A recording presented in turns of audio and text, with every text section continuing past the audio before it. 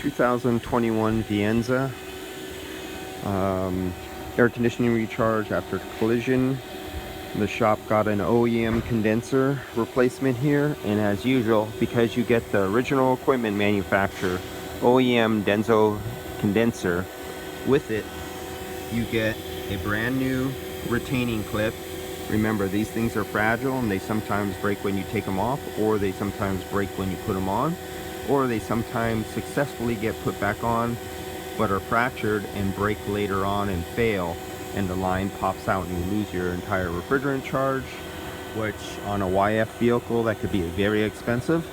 And to get back in there, to take the bumper apart, wiring and the condensers, that could be very costly in labor, not to mention having to rent the customer another loaner vehicle while you're screwing up a screw up because you used an aftermarket condenser that did not come with new O-rings, did not come with a new retainer clip, and because this is the high voltage electric hybrid compressor, did not come with the proper oil inside of it, where you could cause damage if you use your universal oil or one of the wrong oils that some high volume snake oil manufacturer sold you and said, oh, you could use this oil in anything. No, there is no universal refrigerant oil.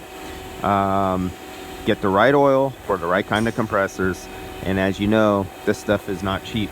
So get the OEM manufacturer on these, get the new O-rings, get the new clips that come with this. The oil comes with this condenser, so you know you can't screw up. Your guys, your employees can't screw up because everything is correct.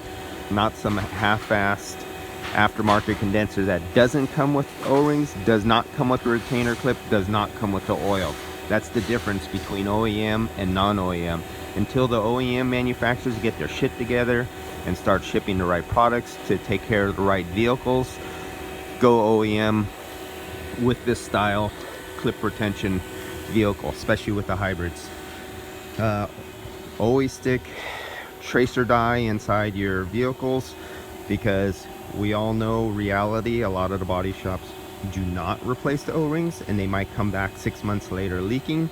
So it makes it really easy and fast. If it did lose all its charge, you go around with your UV light and you'll see the leak spots at their O-rings if they didn't change them. Really obvious. So that's a big time saver later on down the line. What else on the Viensa? For you guys who are still learning, and if you're in a radiator and air conditioning specialty shop, start teaching yourself what is the difference in your delta across your inlet and outlet of your condenser, your temperature difference. So you have the temperature difference of what comes into your condenser from the high pressure vapor hot refrigerant, and it goes through and it comes out as a liquid at the bottom. And start noticing and teaching yourself condenser after hundreds of vehicles. You'll start seeing the pattern on different year, makes, models, vehicles of what is normal and what is not normal. There is no rule of thumb. They do have it written down as, oh, you should see this and see this, but when you start doing hundreds or even thousands of different cars and you measure every vehicle, you start to see a pattern where there's a few vehicles that break the rules and don't have the pressures or the temperatures that you normally would see. And the ones with these 3-phase high voltage compressors break a lot of the old school rules that the old timers who have 20, 30, or 40 years of experience, their experience almost means nothing anymore when they try to fill up the vehicles the old-fashioned way. Take your temperature. If you have heat exchangers, take your temperatures after a heat exchanger and before a heat exchanger. If it's a vehicle with a heat exchanger, always take your delta of your temperature of your inlet air that comes in, goes through the opening before it gets to the evaporator, so you could get your temperature difference of what actual temperature air is hitting the evaporator and what is coming out of the vents. Take it one step further.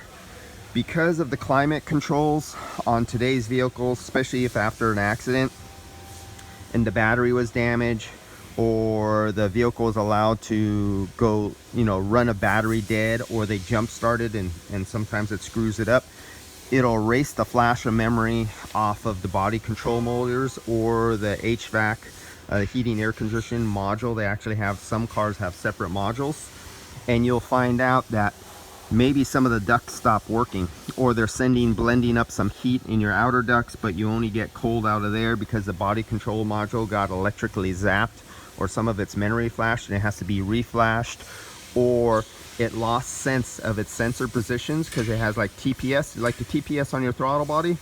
They have TPS on some vehicles. I'm not necessarily saying this one, but they lose their position of where they were last set because they lost the battery, or it got zapped from too much, they jump started it and they left it on the charger too long, and they took the voltage up too high, and sometimes they damage the body modules. And so after you're finished doing your air conditioning, you'll have some vents that come out warmer than other vents. So if you take the temperature of every one of your vents and you data log it and you record it, and even show that you're taking the velocity, just use a simple little air duct so you can actually show, take a screenshot, take a recording, and on your data logging you can actually show that the air is blowing out of the vents. And if you have one vent blowing really low, take a comparison of the other 3 vents, screenshot that, and then show a comparison of that so you have photographic evidence to the customer. This is how it was operating after the repair, and if you had the ability to do it, if it was running, this is how it was operating before our repairs. So that's something as documentary evidence on all your repairs you should be doing.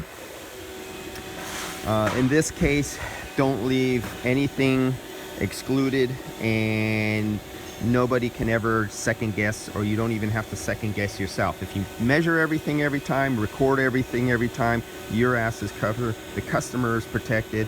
And if you're a vendor coming into another shop, doing another customer's vehicles, another shop's vehicles, you protect your other shop with documentary evidence of all the readings have been taken while the vehicle is in operation. And this is what you do on every vehicle.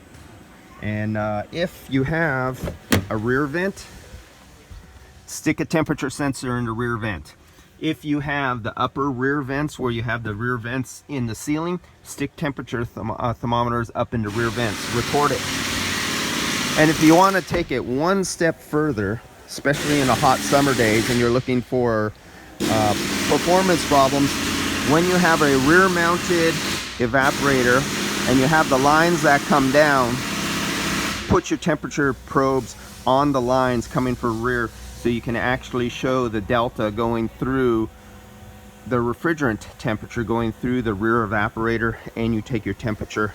So when it leaves, most guys are lazy and they just see temperature coming cold out of the dash and they put their hand up there, maybe they put a little thermometer, say hey, good to go, ship the car out, and the customer calls the next day to your owner of the shop and says, hey, my rear AC isn't working. Because for some reason guys always forget the rear AC. This is really often. So always take temperatures of your rear AC if you have it on the ducts going out to the passengers in the rear. All right guys, see you on the next video. Remember, on these vehicles with this clip on the Denso, do not use aftermarket condensers. If they don't come with this clip, new O-rings and new oil, shit can them. That's it. All right, see you on the next one.